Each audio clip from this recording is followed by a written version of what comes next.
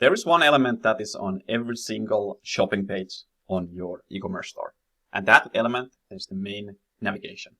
Surprisingly, the main navigation is one of the elements that is also the least talked about and the least optimized in many ways, most overlooked when it comes to optimization. So today we are going to dive into that one and figure out a few good rules and when to apply them and see if they apply to you.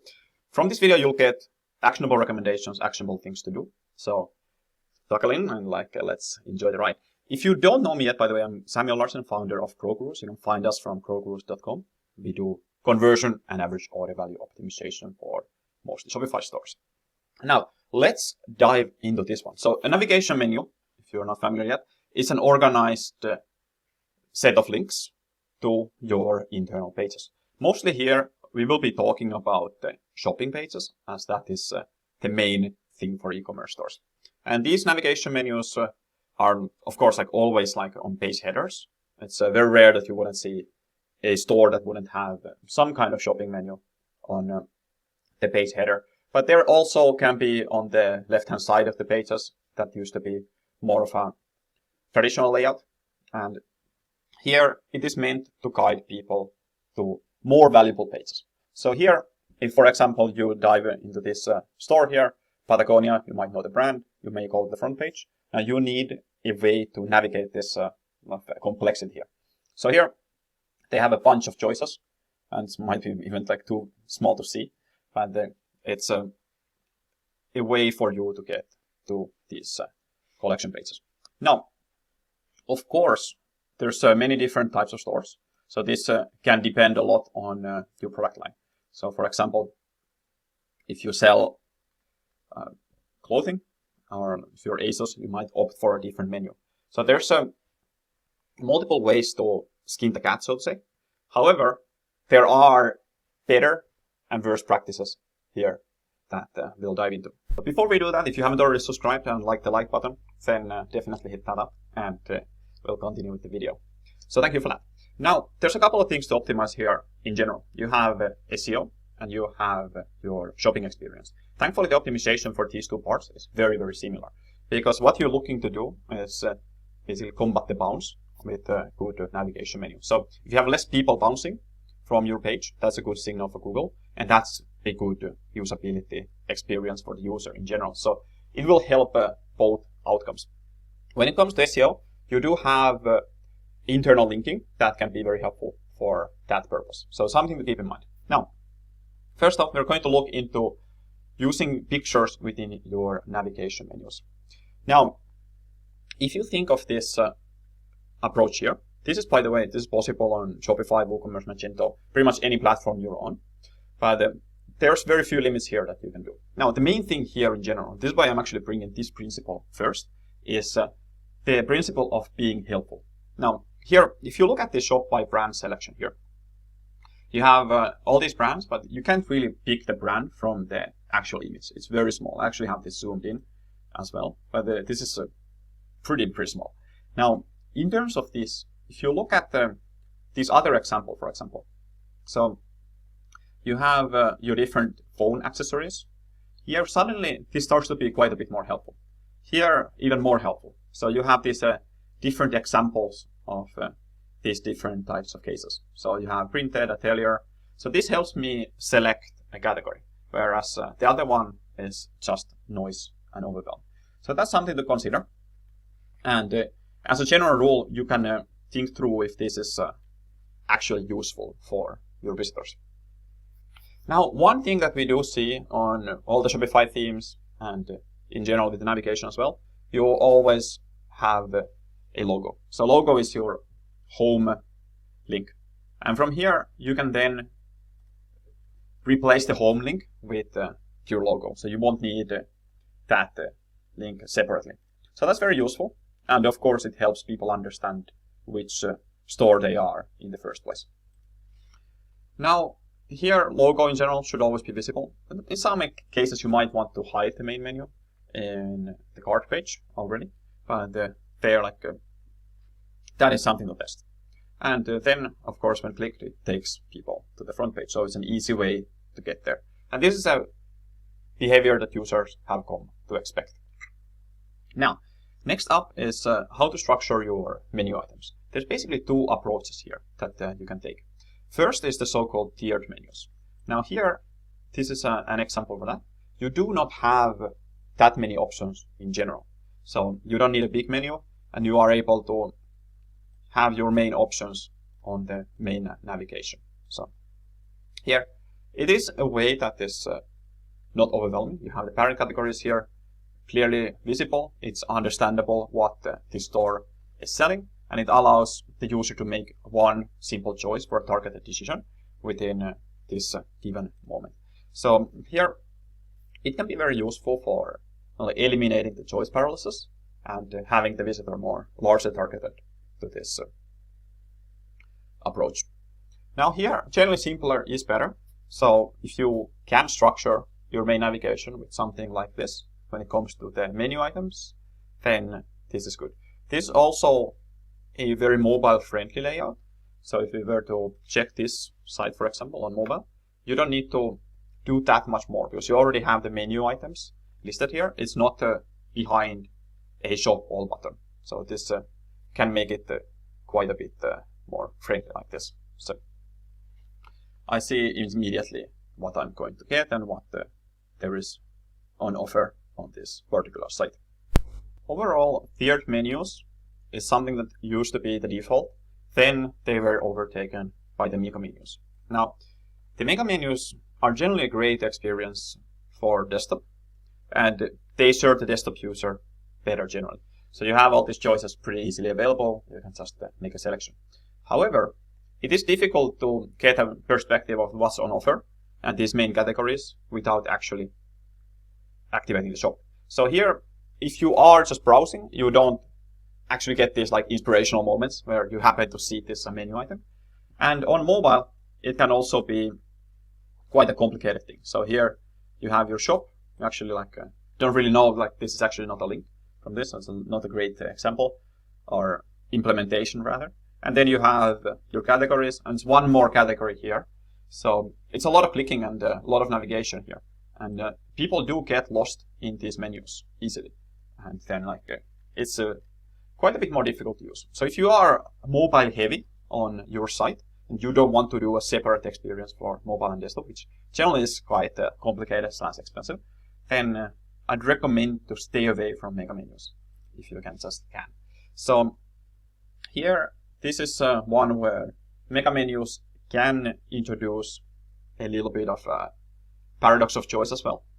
You are basically blasted with all these options right away, and then it can be definitely overwhelming. What we've seen work well at Crocurus is an approach where we don't use the shop all, but we break it down to these main categories. Here, you can still have the subcategories, but it works for both the mobile and desktop experience. And this also is clearer. It focuses people on the shopping pages as well. So you don't have room for other less valuable pages. Now, many ways to do this. I'll show you a couple of examples here. So you can have inspirational menus here, as in this site. And then you can combine them with more traditional, Megamenu-ish type of menus that still are not this super big overall Megamenu. Also, if you have a clear distinguishing factors between your audience, so here, women's, men's, accessories. This is a very well done menu here. You have some inspirational things for people that are not able to decide, who are perhaps just browsing without a particular need. And then you do have your straight up menus as well. So there's many different ways to do that. Next, let's move on to Hello Bar. So here, this is a way that you can use to highlight, for example, sales and different options. So here's an example of Wayfair. This Hello Bar is this little thing here on the top, where they do say up to 70% off, so thousands of memory day deals. Then you have free shipping offer here as well. So it is good for these kinds of promotional messages. It does push your main navigation down a little bit. So it also pushes down your fold, and it does introduce a little bit of visual noise. So be a bit careful with that. This is by no means something that you should always use. you see a lot of companies not using a hello bar. So here's a bunch of big companies that are not using it. But then you do see some nice implementations, like for example this one.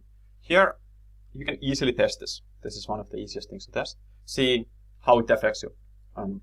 See whether this is something that you perhaps should show only on the first page as opposed to every single page. So that's the hello bar. Next up we have the search bar. So here, if you have a lot of products, it's definitely advisable to have a visible search bar.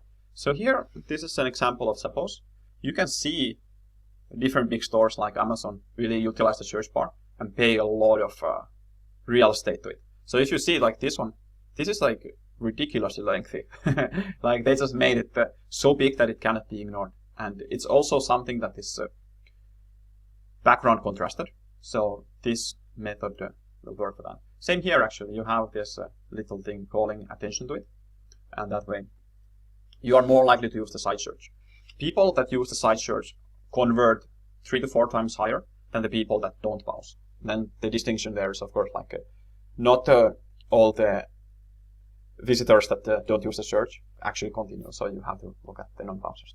But here, open search bar generally better if you do have a lot of products. And this way it also alleviates a little bit of that pressure from your main navigation. So your main navigation does not need to do it alone, because you do also have your different categories here. And there you can like expand on these categories with this search as well. Here, of course, predictive, suggestive search assures that ideally can also understand some of these common misspellings.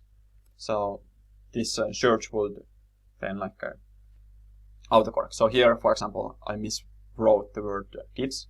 It did try to autocorrect it for kids, but still like quite not there. But anyway, it's one where it is at least trying. So very helpful.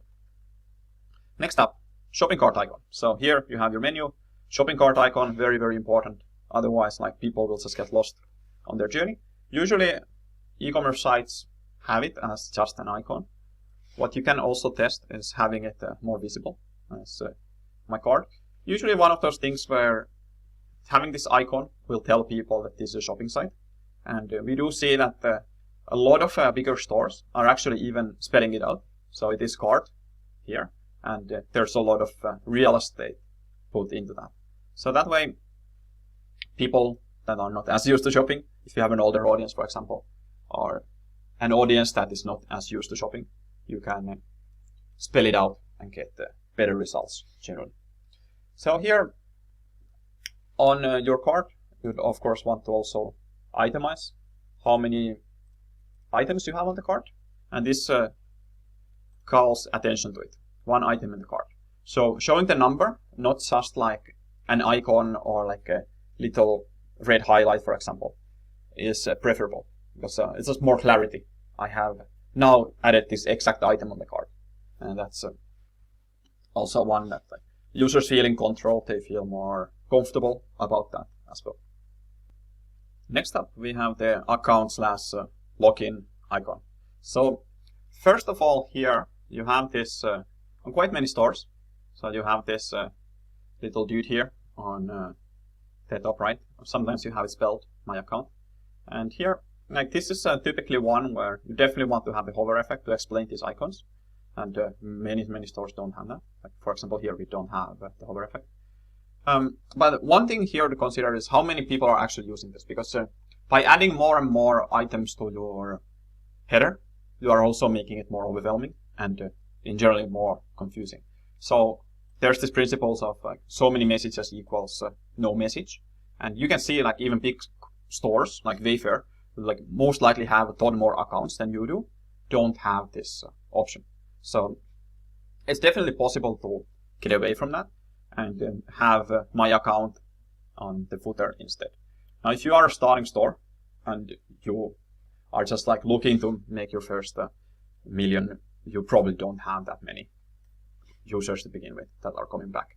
So most likely nobody's using it, nobody's caring about it, and it's just extra weight. So you can put it in the footer. And then once it starts contributing to the user experience, you have a good logged in experience, you have more and more customers checking in and logging in, then you can add it because it actually at that point contributes to the user experience. Generally, stores add it way too soon, or rather they don't remove it from the default theme. So it just ends up being there for a very long time. So this is something that, like on mobile especially, should be hidden under the menu, because it's just going to take even more real estate compared to desktop. Next up we have the wishlist icon. So this is one where you sometimes see this on especially the clothing stores, and it is a very contextual thing. So usually it's better to remove this because the users can already have their cart as the wishlist. So you don't see that many people using it. But if you already have this, definitely gather the data on this. You can see how many people are clicking that on the product page, how many people are actually sharing their wish list and using those features. And you'll probably find that generally it's not many, if any. And then it's just use of space, use of attention, additional distraction as well. So that is something to really consider. You have some stores, usually these are more female-focused fashion stores that have this thing. And then it is more of an expected functionality on these stores rather than a store where you don't have those kinds of would like to have this next month type of things. All right, finally we have the social media icons. So this is one where you have done quite a bit of work to get people to your store, and then you are trying to get them to get distracted on Instagram or Facebook. So that just simply doesn't make any sense. And there, by rule, just remove, don't have them on the header because they won't help you at all. So there's an example of here. You can have people click on these more valuable links here, or you can have them get distracted on social media. So it's your choice which one you prefer. Probably will be smarter just remove them. So thank you very much for watching all the way through. Next up, on the next video, we're going to look into mobile main navigation. And on the next video after that, we're going to look into some common mistakes on mobile navigation and desktop navigation. So a lot of content still coming through, and we do these optimization videos on a weekly basis. So definitely subscribe to our channel. And if you are already around the 7-8 figure range with your e-commerce store, or have a very good chance of getting there on the 7-figure range, check us out at growtools.com and see that you possibly be interested in working together. Now, we are only working with ambitious store owners who have already had a little bit of success with their stores. So that if that's you, then definitely check it out. Thank you for watching. See you on the next one. Cheers.